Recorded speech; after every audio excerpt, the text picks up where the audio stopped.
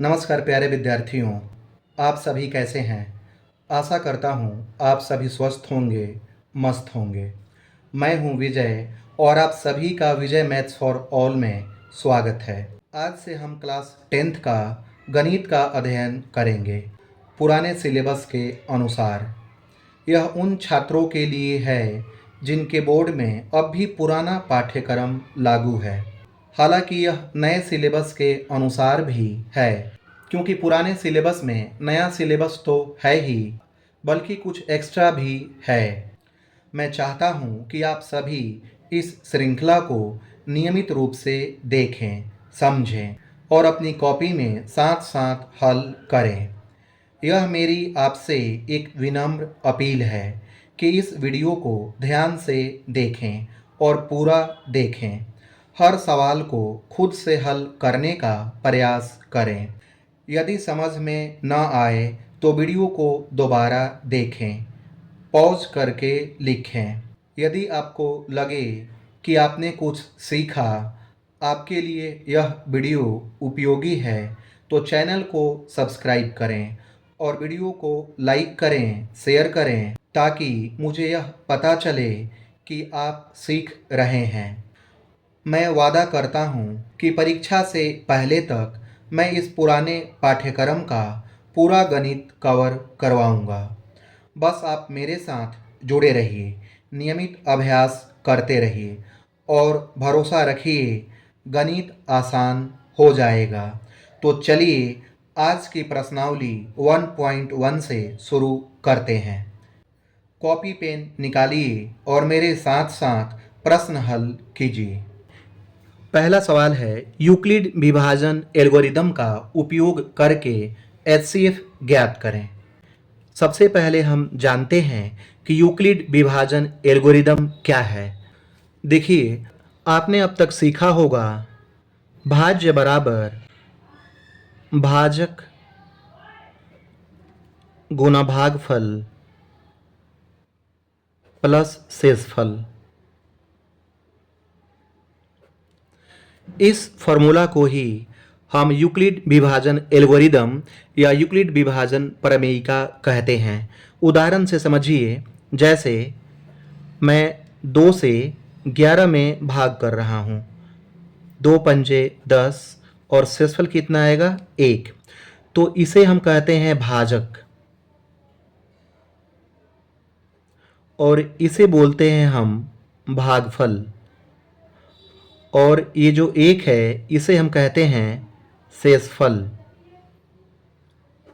और ये जो यहाँ जो नंबर रहता है, संख्या रहता है, इसे हम कहते हैं भाज्य। मान लीजिए भाज्य को अगर मैं a मान लूँ और भाजक को b मान लूँ और शेषफल को r मान लूँ और भागफल को q, तो यह फॉर्मूला क्या होगा?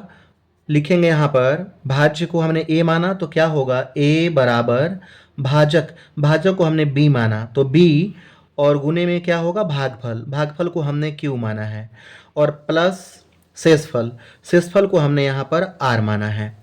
तो ये फार्मूला क्या हो गया यहाँ पर? a बराबर बी क्यू प्लस आर। ये हमारा यूक्लिड विभाजन प्रमेयिका है। और एक चीज़ जान लीजिए, r का जो वैल्यू है, r यानी कि जो शेषफल है, हमेशा ही b से छोटा होगा और 0 के बराबर या 0 से बड़ा होगा। जैसे यहाँ पर हमने भाग किया 2 से, देखिए हमने 11 में भाग किया तो शेषफल हमारा क्या आया? 1 आया। तो 2 से ये छोटा है। वैसे ही किसी भी संख्या से अगर किसी संख्या में अगर भाग करेंगे तो हर हाल में आपका जो शेषफल होगा भाजक से कम होगा, और या तो 0 होगा या 0 से बड़ा होगा। तो अब सवाल को यहाँ पर हम सॉल्व करते हैं। पहला सवाल है 135 और 225। छोटी संख्या को हम b मान लेंगे और बड़ी संख्या को a मान लेंगे। बड़ी संख्या 225 है और छोटी संख्या 135 है। अब हम लिखेंगे यहाँ पर यूक्लिड विभाजन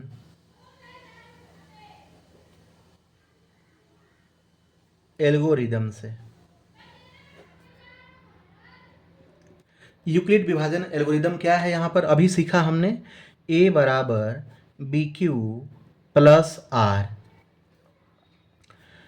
अब a का वैल्यू क्या है यहाँ पर 225, तो लिख देंगे 225, और b का मान यहाँ पर है 135, तो लिख देंगे 135, और q है तो q लिखेंगे और r है तो r लिखेंगे। अब ये काम करते हैं, 135 से 225 में यहाँ पर भाग करेंगे, तो ये कितने बार में जाएगा, एक बार में। फिर यहाँ माइनस करेंगे तो 5 में से 5 माइनस करेंगे 0, और यहाँ पर क्या करेंगे, एक हासिल लेंगे तो 12, 12 में से 3 गया 9। तो अब यहाँ पर शेषफल क्या आ गया 90, और यहाँ पर भागफल आ गया 1।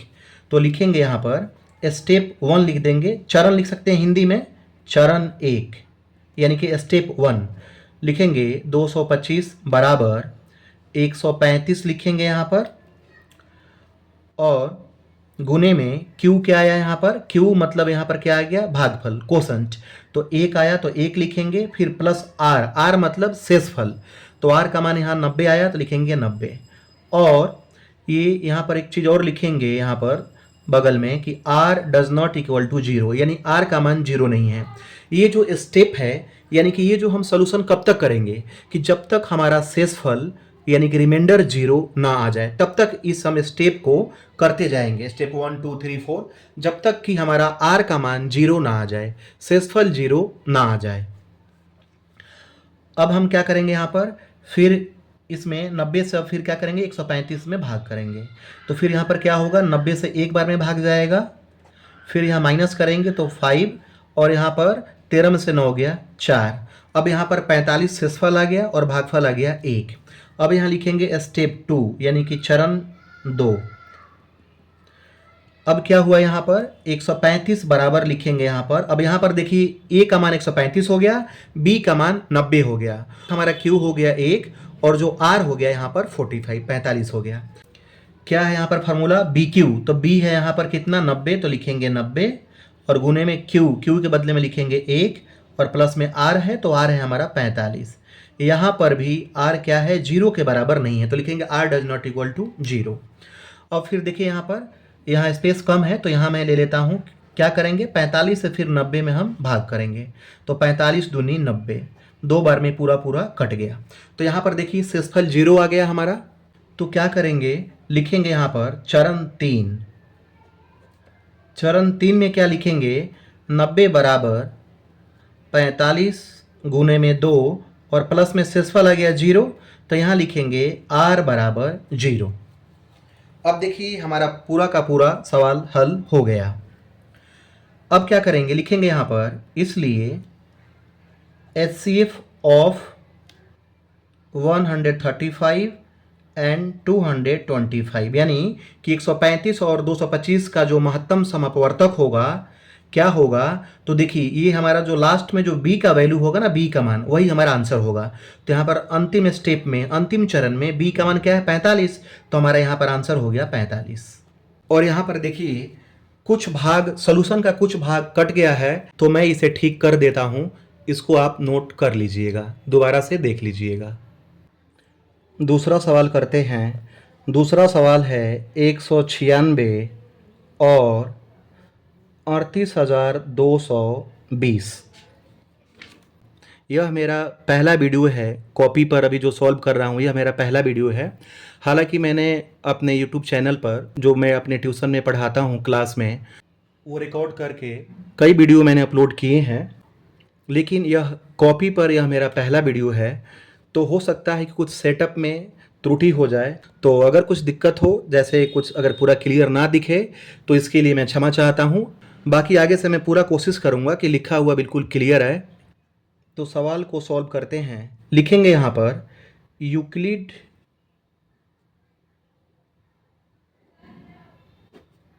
विभाजन प्रमेयिका से। आप चाहें तो यहाँ पर यूक्लिड विभाजन एल्गोरिदम भी लिख सकते हैं, दोनों एक ही बात है। तो यहाँ पर a बराबर हम क्या लेंगे, बड़ी संख्या को a मानते हैं, तो लिखेंगे यहाँ पर 38,220। यहाँ पर बड़ी संख्या 38,220 है, तो इसको हमने a माना, और b बराबर मान लेंगे हम यहाँ पर 196। तो यूक्लिड विभाजन प्रमेयिका से क्या होता है फॉर्मूला, लिखेंगे यहाँ पर a बराबर बी क्यू प्लस आर, और यहाँ पर कंडीशन और लिख देंगे यहाँ पर कि जो r है b से छोटा होगा हमेशा और 0 से बड़ा या बराबर होगा। अब a का मान क्या है यहाँ पर, लिखेंगे 38,220 बराबर b का मान 196 है, q को q लिखेंगे अभी फिलहाल और r के लिए r लिखेंगे। अब क्या करेंगे यहाँ पर 196 से 38,220 में डिवाइड करेंगे तो यह 382 में डिवाइड होगा एक बार में, तो लिखेंगे यहाँ पर 196, 12 में से 6 माइनस करेंगे तो 6, और यहाँ पर 7 बच गया तो हासिल लेंगे 17 में से 9 गया 8, और यहाँ पर 2 बच गया तो 2 में से 1 गया 1, 186 आ गया। ऊपर क्या रहता है हमारा यहाँ पर 2, तो 2 यहाँ पर हम उतारेंगे तो हो गया यहाँ पर 1862। तो ये हम कितना बार में ले जाएंगे यहाँ पर 8 एकम 8 और फिर यहाँ पर 8 में 72 15, 9 बार में यहाँ पर ले जाएंगे तो 9 6 54 हासिल 5 और 9 में 81 और 5 86 हासिल 8, 9 एकम 9, 9 और 8 17, 1764 आ गया। माइनस करेंगे यहाँ पर तो 12 में से 4 गया 8 और यहाँ पर 5 बच गया, हासिल लेंगे तो 15 में से 6 गया 9 और यहाँ 7 में से 7 गया 0। ऊपर क्या बच गया यहाँ पर 0, तो यहाँ 0 उतारेंगे तो 980। अब ये 5 बार में देखिए यहाँ पर 5 छिक्के 30 हासिल 3, 5 में 45, 45 और 3 48 हासिल 4, 5 एकम 5 और 4 9, ये पूरा पूरा भाग लग गया एक बार में ही। तो लिखेंगे यहाँ पर चरण 1 यानी कि स्टेप 1, लिखेंगे 38,220 बराबर 196 और गुने में q यहाँ पर क्या आ गया, q यानी कि यहाँ पर भागफल, भागफल आ गया 195 तो लिखेंगे 195 और प्लस r, r हमारा क्या आ गया 0, लिखेंगे r बराबर 0। ये पहले चरण में ही r का मान 0 आ गया तो हमारा यहाँ पर क्या हुआ, आंसर आ गया। आंसर क्या होता है, जो लास्ट चरण का b होता है, जो भाजक होता है वो हमारा आंसर होता है। तो यहाँ पर चरण एक ही है और b का मान 196 है तो लिखेंगे यहाँ पर इसलिए HCF ऑफ 196 एंड 38,220 यानी कि 196 और 38,220 का जो HCF होगा, महत्तम समापवर्तक होगा, 196 होगा। ये हमारा आंसर आ गया। आप कमेंट सेक्शन में ज़रूर बताइएगा कि यह क्लास कैसा लग रहा है, क्या आप सभी को यह समझ में आ रहा है। तीसरा सवाल करते हैं। तीसरा सवाल है 867 और 255। यहाँ a बराबर हम 867 लेंगे, बड़ी संख्या 867 है तो लिखेंगे यहाँ पर a बराबर 867 और b बराबर हम मानेंगे 255। अब लिखेंगे यहाँ पर यूक्लिड विभाजन प्रमेयिका से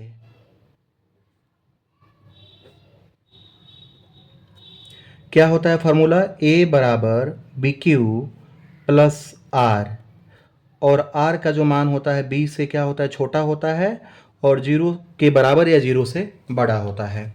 तो a बराबर क्या है यहाँ पर 867 तो लिखेंगे 867 बराबर b का मान है 255 तो लिखेंगे 255, फिर q लिखेंगे और प्लस में यहाँ पर r लिखेंगे।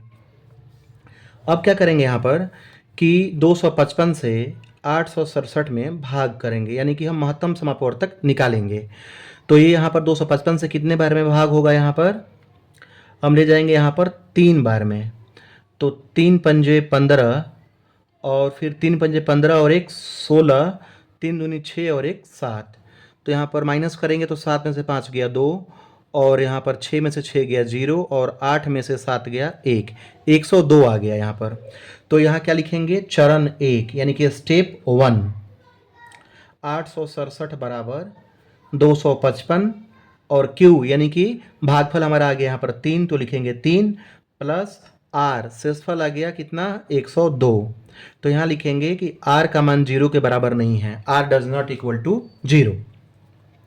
अब फिर क्या करेंगे, 102 से 255 में भाग करेंगे तो ये कितने बार में जाएगा, यहाँ पर 2 बार में, तो 2 दूनी 4, 2 से 0 में करेंगे गुना तो 0 और 2 एकम 2, 204 आ गया। माइनस करेंगे तो 5 में से 4 गया 1 और यहाँ पर आ गया 5 और 2 में से 2 गया 0, यानी कि शेषफल आ गया हमारा यहाँ पर 51। तो लिखेंगे यहाँ, ये चरण 1 था, अब यहाँ पर लिखेंगे चरण 2। चरण 2 में क्या लिखेंगे? अब देखिए यहाँ पर 255 क्या होगा, ए का मान हो जाएगा और बी का मान होगा 102 और क्यू होगा यहाँ पर 2 और आर का मान हो जाएगा 51। तो लिखेंगे 255 बराबर 102 गुने में 2 और प्लस आर क्या है यहाँ पर 51। यहाँ पर भी क्या है, आर का मान 0 के बराबर नहीं आया, तो लिखेंगे R does not equal to 0। अब फिर क्या करेंगे, यहाँ पर 51 से 102 में भाग करेंगे, तो यहाँ पर कितने बार में जाएगा, 2 बार में, 2 एकम 2 और 2 पंजे 10, यानी 2 बार में पूरा पूरा भाग लग गया। तो लिखेंगे यहाँ पर चरण 3 स्टेप 3। क्या लिखेंगे यहाँ पर, 102 बराबर 51 गुने में 2 और प्लस में रिमाइंडर कितना है 0। यहाँ लिखेंगे r बराबर 0। ये सॉल्यूशन तब तक चलता रहेगा कि जब तक r का मान 0 ना आ जाए। तो यहाँ r का मान 0 आ गया है, तो हमारा HCF निकल गया। लिखेंगे यहाँ पर इसलिए कि 867 और 255 का जो हमारा महत्तम समापवर्तक कितना आ गया, तो यहाँ पर जो अंतिम चरण में B का मान होता है वही क्या होता है, हमारा महत्तम समापवर्तक। तो यहाँ पर 51 है, ये 51 आ गया आंसर, यहाँ पर 51 आंसर आ गया। इस प्रकार हमारा पहला प्रश्न समाप्त होता है। आप कमेंट में ज़रूर बताएं कि यह क्लास कैसी लगी। क्या आप सभी को जो मैंने सवाल हल कराए हैं समझ में आया?